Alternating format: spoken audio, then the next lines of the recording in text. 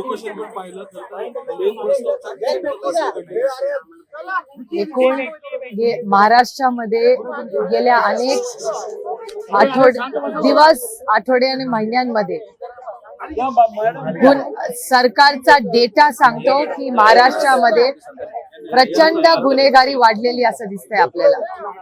आणि त्या गुन्हेगारी जी वाढलेली आहे त्याच्यामध्ये प्रकर्षाने महिलांवर होणारे अत्याचार आणि आज सकाळी चाकणला जी घटना घडली ती तर धक्कादायक होती। म्हणजे चाकणला वर्दीवर असणाऱ्या पोलीस याच्यावर कोयता गँगने अटॅक केला। आज सकाळची तुमच्या चॅनलवरची बातमी एक, काल रक्षाताई खडसेंच्या मुलीवर पोलीस बरोबर असतानाही जे गैरवर्तन झालं हे अतिशय धक्कादायक आणि दुर्दैवी आणि वाईट आहे। मी त्याचा जाहीर निषेध करते।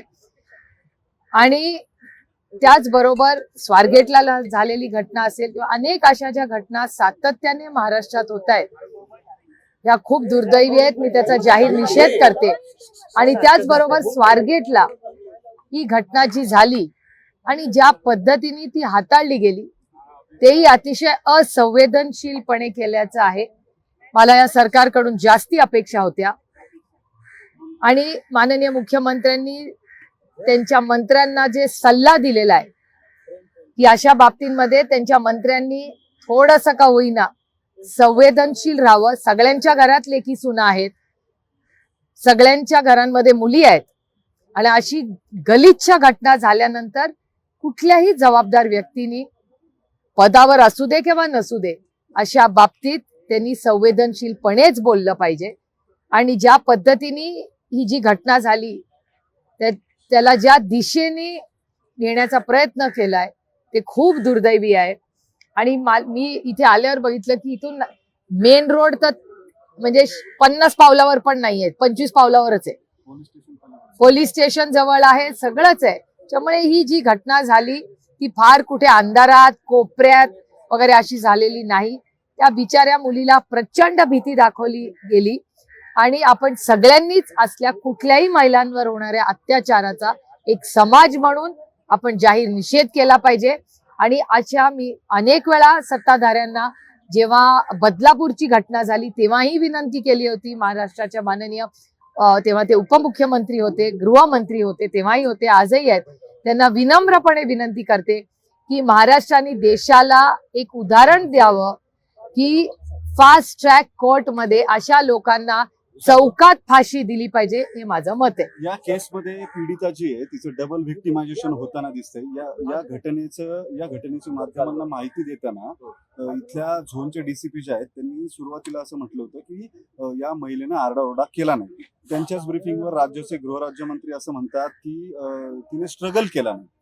आणि त्याच्यानंतर ज्या पद्धतीच्या नरेटिव्ह किंवा परसेप्शन केसचं चेंज करायचा प्रयत्न केला जातो की ती कन्सेंटनं त्याच्याबरोबर गेलेली होती, त्यानंतर काही आरोपींच्या वकिलांनी कोर्टामध्ये न केलेले आर्ग्युमेंट केल्यात असं भासवून बाहेर खोटी माहिती माध्यमांना दिली की तिने पैसे घेतलेले होते।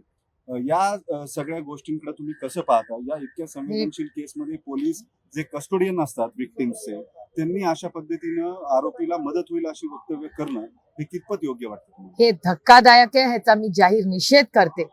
आणि महाराष्ट्राच्या सरकारला एक प्रश्न विचारते अतिशय प्रांजळपणे की तुम्ही लाडकी बहिणींबद्दल एवढं तुम्ही बोलता, मग ह्या केसमध्ये जे काही स्टेटमेंट सरकारकडून आले ही योग्य आहेत? कुणाच्या तरी घराचीतली मुलगी होती, ती घाबरलेली होती आणि अशी वक्तव्य हे करणं हे कुणालाही शोभत नाही। आणि माझी अपेक्षा आहे की माननीय मुख्यमंत्र्यांनी जो चाप OSD आणि PN बद्दल लावलाय तो त्यांच्या मंत्र्यांबद्दलही लावावा, एवढीच आमची अपेक्षा।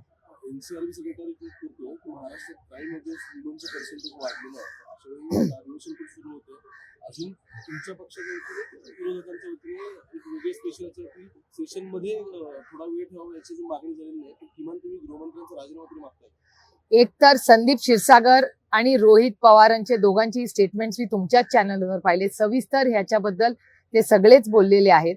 आणि अर्थातच महिला सुरक्षितता तुम्हाला सगळ्यांनाच माहिती, आपल्या सगळ्यांची अनेक वेळा भेट होते, तुम्हाला सगळ्यांनाच माहिती आहे की मी डेटा ड्रिव्हन गेले 2-2.5 वर्ष म्हणते की महाराष्ट्रात क्राईम वाढलेला आहे आणि महिलांवरचे अत्याचार वाढलेत. हा डेटा मी केंद्र सरकारकडून घेऊनच बोलत होते ना. तो काय माझा डेटा नाही आणि यांचं डबल का ट्रिपल इंजिनचं सरकार आहेच ना. केंद्रात पण त्यांचं सरकार, इथे पण त्यांचं सरकार. आणि मी मग बीडची घटना असेल, परभणीची घटना असेल आणि आता ही पुण्याची स्वारगेटची घटना असेल, मी वारंवार महाराष्ट्राच्या सरकारला विनंती करत आली आहे की बाबांनो, जर तुम्हाला राजकारण बाजूला ठेवून आम्ही खासदारांचं काही सहकार्य, आम्ही दिल्लीत ह्याचा फॉलोअप करू का? कारण का आता तुम्ही बीडचीच घटना बघा, त्यातला 7वा खुनी हा आजपर्यंत सापडलेला नाही. माझा विश्वासच नाही की तो कृष्णा आंधळे हा गायब कसा झाला. मग या देशामध्ये जर गेला असेल तर आपण केंद्र सरकारला सांगू. आणि बजरंग अप्पा सोनवणेंनी माननीय अमितभाई शाहची वेळही घेतलेली होती. 2 वेळा ते त्यांना भेटलेत. कारण का आम्ही ही मागणी करतोय की जर तो फरार झाला असेल आणि महाराष्ट्राच्या बाहेर गेला असेल, आपल्या ज्युरिडिक्शनच्या बाहेर असेल, तर शोधानं त्याला. असा कसा माणूस गायब होतो, हा पहिला मुद्दा.